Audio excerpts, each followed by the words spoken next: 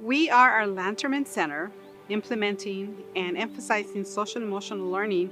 Mental health is mostly focusing on individual mental wellness and the supports that are provided, where social emotional learning is more of an instructional practice. So we focus on what the teacher does in the classroom.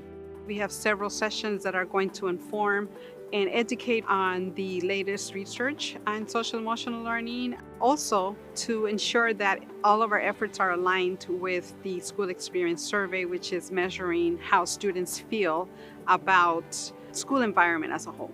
Well, in our work, we're supporting teachers that are carrying forward and working with the students directly. So it's always good to know what initiatives are taking place in the district. And then our keynote speaker this morning mentioned how it's so important to make our students feel welcomed and warm and safe and protected in our classrooms.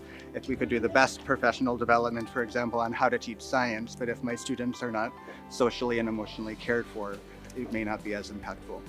Social emotional learning starts with us. It starts with us realizing that we are important, that we actually have value. And once we recognize that, then we are more equipped to support our scholars and our communities and our parents. And so it begins with us realizing and coming together and identifying some strategies that help us to be our best. As they're going to engage into neuroscience, they're going to have some micro-credentialing opportunities. They're going to allow our teachers and educators to really get to the root of social emotional learning, to realize how to create brave spaces and safe spaces, allowing our scholars to communicate and really elevate student voice. So it's exciting what has been developed and created throughout this year to create stronger educators so we come back to be our best.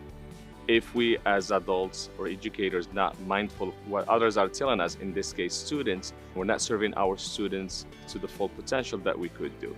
Parts of the different instructional models is giving students voice and choice, and this is definitely SEL integrating it with instruction. Today set me up to be a learner, to be present, and to be a listener.